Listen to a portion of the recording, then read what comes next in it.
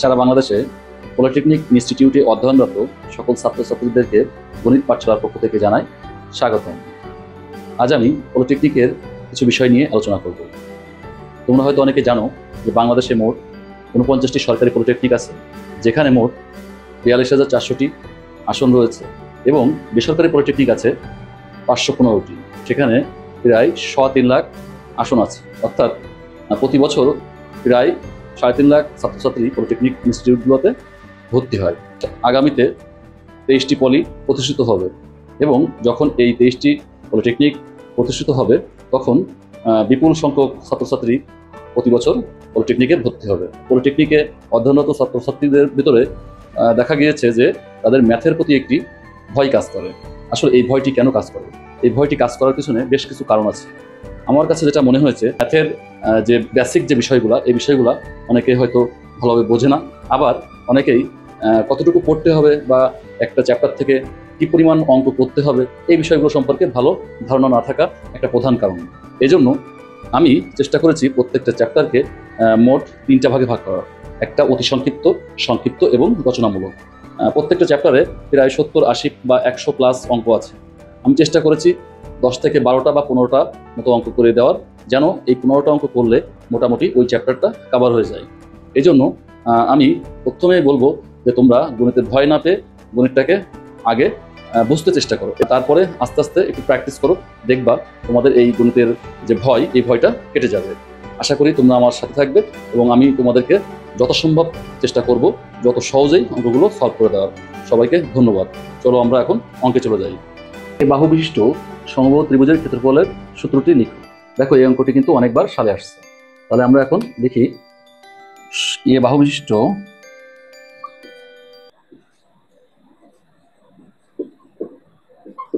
সমবাহু ত্রিভুজের ক্ষেত্রফল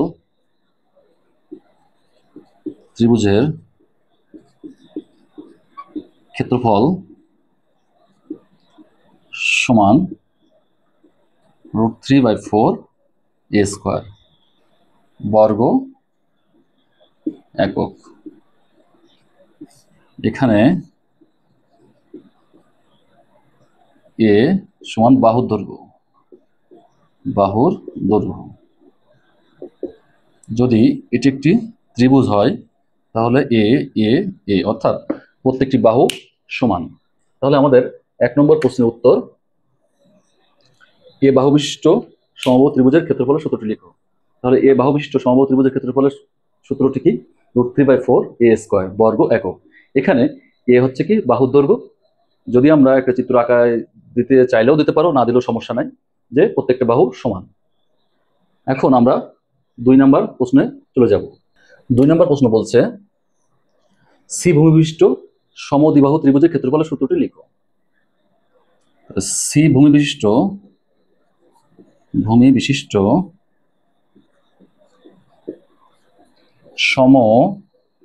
সমদ্বিবাহু ত্রিভুজের ক্ষেত্রফল সমান, বলছে সি ভূমি বিশিষ্ট, অর্থাৎ c/4 √4 a square minus c square. এখানে এটা কি? বর্গ একক। এখানে সি হচ্ছে ভূমি এবং এ হচ্ছে সমান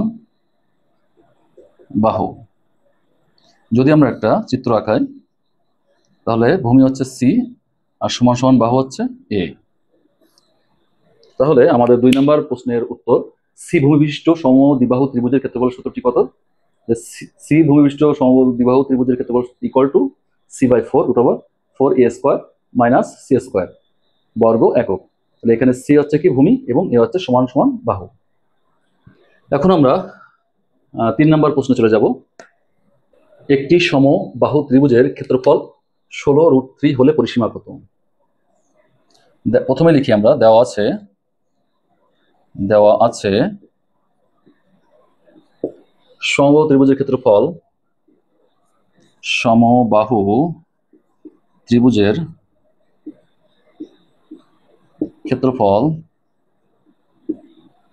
সমান কত দেওয়া আছে, 16√3 বর্গ একক। আমরা কি জানি যে সমবাহু ত্রিভুজের ক্ষেত্রফল সূত্রটা কি? আমরা জানি সমবাহু ত্রিভুজের ক্ষেত্রফল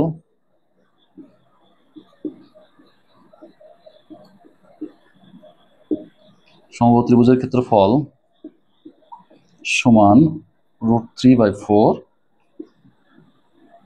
a স্কয়ার বর্গ একক। তাহলে প্রশ্ন মতে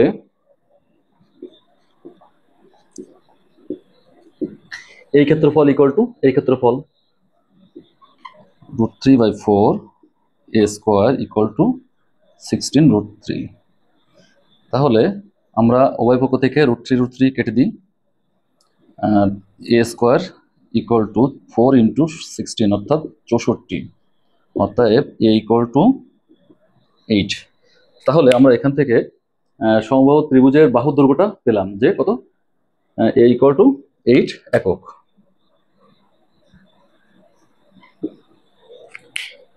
তাহলে নির্ণয় করতে বলছে পরিসীমা কত। তাহলে আমরা জানি সমবাহু ত্রিভুজের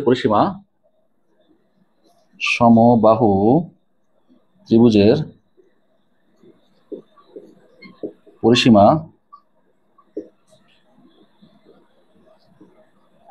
ইকুয়াল টু 3a এত একক। তাহলে আমরা এর মান কত পেলাম, 8। 3 × 8 24 একক। তাহলে আমরা কি পেলাম যে একটি সমবাহু ত্রিভুজের ক্ষেত্রফল 16√3 হলে পরিসীমা কত। তাহলে দেওয়া আছে কি সমবাহু ত্রিভুজের ক্ষেত্রফল এত বর্গ একক। আমরা জানি সমবাহু ত্রিভুজের ক্ষেত্রফল √3/4 a স্কয়ার বর্গ একক। তাহলে প্রশ্ন মতে কি, যেহেতু আমরা একটা ক্ষেত্রফল জানি, আবার দেওয়া আছে এইটা, তাহলে এই ক্ষেত্রফল ইকুয়াল টু এই ক্ষেত্রফল, সেটাই করলাম। তাহলে এখান থেকে বাহুর দৈর্ঘ্যটা নির্ণয় করলাম a। তাহলে বাহুর দৈর্ঘ্য যখন পেয়ে গেছি তখন আমরা পরিসীমাটাও নির্ণয় করতে পারবো যে কি সমবাহু ত্রিভুজের পরিসীমা 3a এত একক। যেহেতু আমরা বাহু দৈর্ঘ্য পেয়ে গেছি সেহেতু আমরা কি লিখতে পারি, সমবাহু ত্রিভুজের পরিসীমা ইকুয়াল টু 3a। তাহলে এখানে a এর মানটা বসিয়ে দিলাম এখান থেকে, তাহলে 24 একক। এখন আমরা 4 নম্বর অঙ্কে চলে যাব। এই সমবাহু ত্রিভুজের পরিসীমা 162 সেন্টিমিটার হলে ত্রিভুজটির ক্ষেত্রফল কত। তাহলে দেওয়া আছে সমবাহু ত্রিভুজের পরিসীমা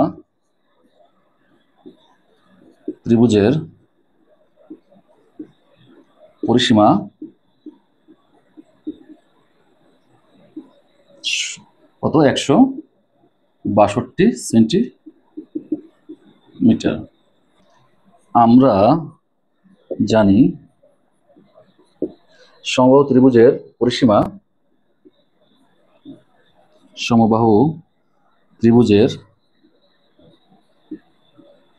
পরিসীমা ইকুয়াল টু 3a সেন্টিমিটার। প্রশ্ন মতে 3a ইকুয়াল টু 162, অর্থাৎ a ইকুয়াল টু 162/3, অতএব a ইকুয়াল টু 3 × 5 = 15, 3 × 4 = 12, 54 সেন্টিমিটার। এখন নির্ণয় করতে বলছে ত্রিভুজটির ক্ষেত্রফল কত। আমরা এখন বাহু দৈর্ঘ্য পেয়ে গেছি, তাহলে অবশ্যই ক্ষেত্রফলটা নির্ণয় করতে পারবো। তাহলে সমবাহু ত্রিভুজের ক্ষেত্রফল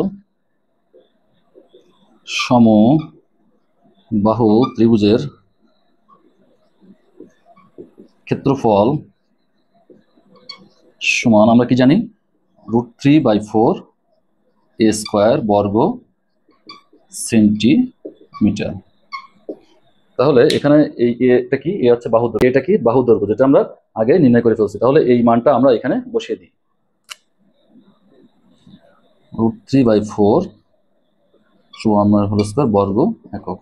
তাহলে এটা ক্যালকুলেশন করলে আসে 1262.67 বর্গ সেন্টিমিটার। এটাই তাহলে আমাদের সেই নির্ণয় উত্তর।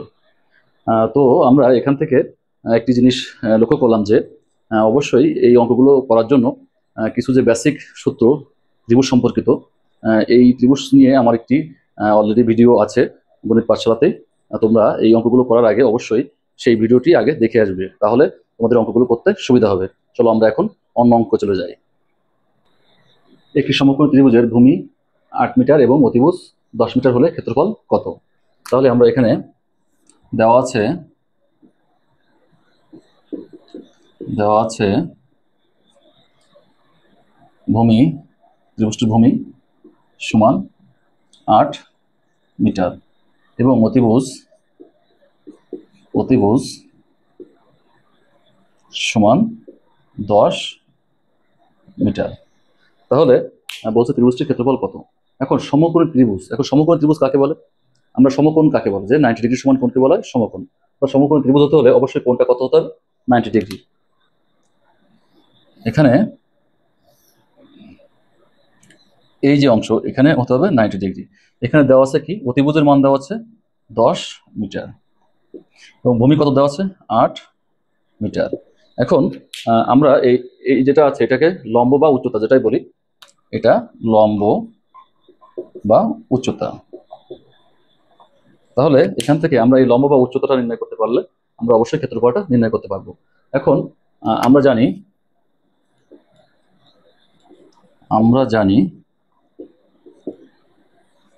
আমরা কি জানি যে পিথাগোরাসের সূত্র অনুসারে সমকোণ ত্রিভুজের ক্ষেত্রে কি হয়, যে অতিভুজ স্কয়ার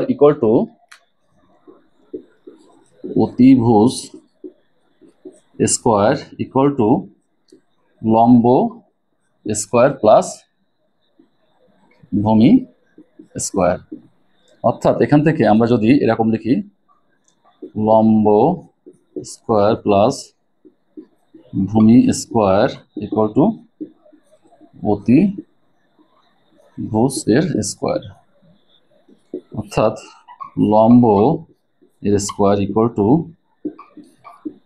অতিভুজ এর স্কয়ার মাইনাস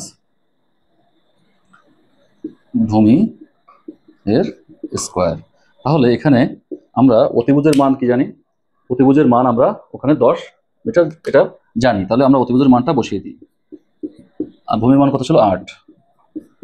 তাহলে 100 মাইনাস 64 36, অতএব লম্ব ইকুয়াল টু √36 ইকুয়াল টু 6 এত মিটার। তাহলে আমরা এখান থেকে লম্বর মানটা পেয়ে গেলাম। তাহলে ক্ষেত্রফল সমান হাফ ইন্টু ভূমি গুণিত উচ্চতা। তাহলে আমরা এখান থেকে এই লম্ব বা উচ্চতা যেটা পেলাম সেটা কত? হাফ ইন্টু ভূমি কত ছিল? ভূমি ছিল হচ্ছে 8 আর উচ্চতা কত বেরোলো? 6। তাহলে 4 দুগুণ 8, 4 ছক 24, কি ক্ষেত্রফল কি হবে? বর্গ মিটার। তাহলে আমরা এখান থেকে পেলাম যে সমকোণ ত্রিভুজের ভূমি 8 মিটার, অতিভুজ 10 মিটার হলে ক্ষেত্রফল কত? ক্ষেত্রফল হচ্ছে 24 বর্গ মিটার। একটি ত্রিভুজের বাহুর দৈর্ঘ্য 5, 12, 13 একক হলে ক্ষেত্রফল কত? প্রথমেই আমরা অঙ্কটি পড়ে বুঝতে পারলাম যে যেহেতু বাহু 3 রকম, তার মানে এটি একটি বিষমবাহু ত্রিভুজ। তাহলে বিষমবাহু ত্রিভুজের যে ক্ষেত্রফল, সেই ক্ষেত্রফল সূত্রটা আমরা ব্যবহার করব এখন। তাহলে দেওয়া আছে কি? দেওয়া আছে a ইকুয়াল টু 5 একক, b ইকুয়াল টু 12 একক, c ইকুয়াল টু 13 একক। এখন আমরা ত্রিভুজটা এঁকে ফেলি। সাপোজ এটা একটা ত্রিভুজ, a equal to 5, b equal to 12 এবং c ইকুয়াল টু 13 একক। এখন এই ত্রিভুজটার অর্ধপরিসীমা কিভাবে নির্ণয় করব? অর্ধপরিসীমা s equal to a plus b plus c by 2, অর্থাৎ এখান থেকে 5, 12 প্লাস 13 ভাগ 2, তাহলে 30 ভাগ 2 ইকুয়াল টু 15, তাহলে এত একক। তাহলে এটা কি বের হলো? এটা হচ্ছে অর্ধ পরিসীমা এই ত্রিভুজটার। আমরা জানি ত্রিভুজের ক্ষেত্রফল, এটা কি ধরনের ত্রিভুজ? বিষমবাহু ত্রিভুজ। ত্রিভুজের ক্ষেত্রফল সমান √, s into s minus a, s minus b, s minus c। এটা কি? বর্গ একক। বর্গ একক। তাহলে আমরা ওখান থেকে যে s এর মানটা পেয়েছি ওই মানটা আমরা এখানে বসিয়ে দিব। √15 ইন্টু 15 মাইনাস a এর মান কত? এর মান হচ্ছে 5, 15 মাইনাস b এর মান কত? 12, 15 মাইনাস c এর মান কত? 13। এত বর্গ একক। তাহলে 30 বর্গ একক। তাহলে আমরা এখান থেকে যে বলছে ত্রিভুজটির বাহুর দৈর্ঘ্য এত এত দেওয়া আছে, তাহলে ক্ষেত্রফল কত? এখান থেকে বেরোলো 30 বর্গ একক। এটা হচ্ছে মূলত উত্তর। তাহলে আমরা এখন অন্য অঙ্কে চলে যাই। সীমা বিশিষ্ট, পি পরিসীমা বিশিষ্ট এবং এক্স পরিসীমা বিশিষ্ট ত্রিভুজটির ক্ষেত্রফল নির্ণয় করো। এখন আমরা তিনটাই করবো পর্যায়ক্রমে। প্রথমে আমরা এ পরিসীমা বিশিষ্ট এটা নির্ণয় করি। দেওয়া আছে পরিসীমা সমান এ একক। আচ্ছা, এটা কি? সমবাহু ত্রিভুজ।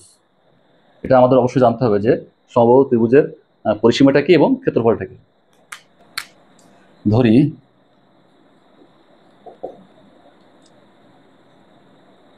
সমবাহু ত্রিভুজের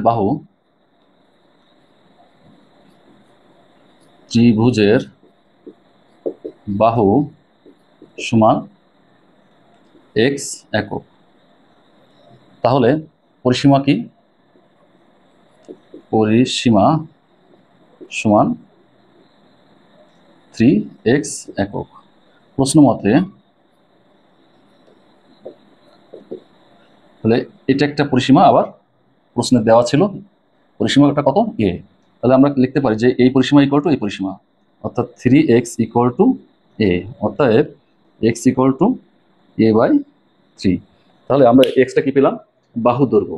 তাহলে ক্ষেত্রফলটা কি? আমরা জানি সমবাহু ত্রিভুজের ক্ষেত্রফল কি? √3/4 বাহু স্কোয়ার। সমবাহু ত্রিভুজের ক্ষেত্রফল সমান √3/4, এখানে বাহু কি আছে?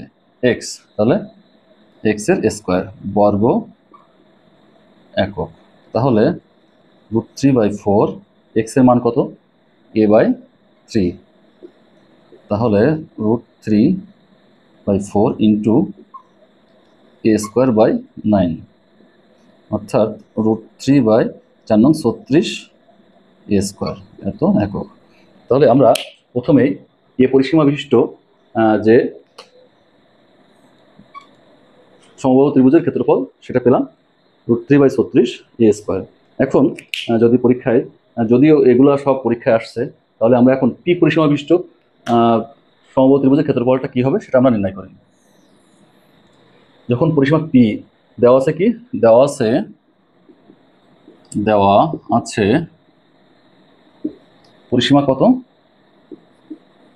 পরিসীমা সমান পি একক।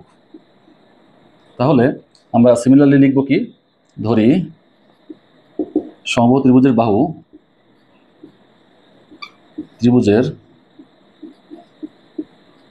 বাহু যেহেতু এখানে পি দেওয়া আছে, তাহলে আমরা কি ধরবো? এখানে এ ধরে নিতে পারি, এ একক। তাহলে এর পরিসীমা কি হবে? পরিসীমা সমান 3a একক। প্রশ্ন মতে 3a ইকুয়াল টু পরিসীমা, এই পরিসীমা ইকুয়াল টু হচ্ছে এই পরিসীমা, তাহলে পি, অর্থাৎ a ইকুয়াল টু p/3। তাহলে সমবাহু ত্রিভুজের ক্ষেত্রফল সূত্র কি? সমবাহু ত্রিভুজের ক্ষেত্রফল সমান √3/4, এখানে বাহু দৈর্ঘ্য কত ধরছি? এ, তার মানে কি a² এত বর্গ একক। তাহলে √3/4 এর মান কত আসছে এখানে? p/3 এত একক। তাহলে √3/4 ইন্টু p²/9, তাহলে √3/4 p² এত বর্গ একক। তাহলে আমরা যখন পি পরিসীমা থাকবে তখন আমরা এখানে বাহুর দৈর্ঘ্য ধরবো হচ্ছে কি এ, তাহলে ক্ষেত্রফলটা বেরোচ্ছে √3/36 p²। এখন যদি পরীক্ষায় এই যে এক্সট্রা যেহেতু আসছে পরীক্ষায়, তাহলে এক্স পরিসীমা বিশিষ্ট ত্রিভুজের ক্ষেত্রফল কি হবে? দেওয়া আছে পরিসীমা কি? পরিসীমা ইকুয়াল টু এক্স একক। ধরি সমবাহু ত্রিভুজের বাহু সমান কত? তাহলে এক্স, এখানে আমরা এ ধরতে পারি, এ একক। তাহলে পরিসীমা সমান কত? 3a একক।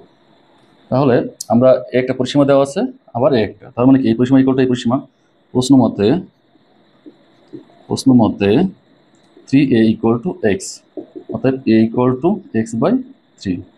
তাহলে এখন বাহু দৈর্ঘ্য হয়ে গেল। তাহলে আমরা কি সমবাহু ত্রিভুজের ক্ষেত্রফল কি জানি? সমবাহু ত্রিভুজের ক্ষেত্রফল সমান √3/4 a² বর্গ একক, যেহেতু বাহু দৈর্ঘ্য এ ধরছি। হ্যাঁ, তাহলে এখান থেকে এর মানটা আমরা এখানে বসিয়ে দেবো, √3/4 x/3 একক। তাহলে √3/4 ইন্টু x²/9, তাহলে √3/4 x² বর্গ একক। তাহলে আমরা এখান থেকে দেখতে পেলাম যে একই প্রশ্ন আসলে বিভিন্নভাবে আসছে। কোনো সময় এ পরিসীমা দিয়েছে, কোনো সময় পি পরিসীমা দিয়েছে, কোনো সময় এক্স পরিসীমা দিয়েছে। এখন প্রশ্ন হচ্ছে কেন আমি 3বার করলাম? 3বার এই জন্য করলাম তোমরা যেন এই বিষয়টা যেন এক না করে ফেলো। যেহেতু যখন আমার এখানে পরিসীমা এ দেওয়া আছে তখন কিন্তু বাহুর দৈর্ঘ্য অন্য আরেকটা কিছু ধরতে হবে, তখন সেক্ষেত্রে আমরা ধরলাম এক্স, তাহলে পরিসীমা 3x। এবং প্রশ্ন মতে কি আমার এই পরিসীমা ইকুয়াল টু এই পরিসীমা, সেখান থেকে আমরা ক্ষেত্রফলটা বাহুর দৈর্ঘ্য নির্ণয় করে ক্ষেত্রফলটা নির্ণয় করলাম। সিমিলারলি আমরা যখন পি পরিসীমা দেওয়া ছিল তখন আমরা বাহুর দৈর্ঘ্য ধরছি কিন্তু এ, যখন এক্স পরিসীমা দেওয়া ছিল তখন আমরা বাহুর দৈর্ঘ্য ধরছি কিন্তু হচ্ছে এ। তো এইভাবে আমরা এই অঙ্কটি করে ফেলবো। এবং সমবাহু ত্রিভুজের ক্ষেত্রে যে এই পরিসীমাটা আসলে কিভাবে 3a, এই জিনিসটা আমি একটু দেখিয়ে দিই। সাপোজ এটা হচ্ছে একটা ত্রিভুজ, এর বাহু কয়টা? এর বাহু হচ্ছে তিনটা বাহু হচ্ছে সমান। তাহলে আমরা পরিসীমাটা কি হবে? যে আমরা পরিসীমা বলতে বোঝাই যে তিনটা বাহুর যোগফলকে মূলত আমরা পরিসীমা বুঝি। তাহলে তিনটা বাহু হচ্ছে কি a plus a equal to 3a। এটা হচ্ছে কি পরিসীমা এত একক। আর ক্ষেত্রফলটা তোমাদেরকে অবশ্যই মুখস্থ করতে হবে, যে কি সমবাহু ত্রিভুজের ক্ষেত্রফল √3/4 a²। এই ছিল আজকে অতি সংক্ষিপ্ত সকল প্রশ্ন। এই অঙ্কগুলা করলেই আমি মনে করি যে অতি সংক্ষিপ্ত আর কোনো প্রশ্ন তোমাদের এই অধ্যায় থেকে করা লাগবে না। সবাই ভালোভাবে প্র্যাকটিস করবে। সবাইকে সাথে থাকার জন্য ধন্যবাদ।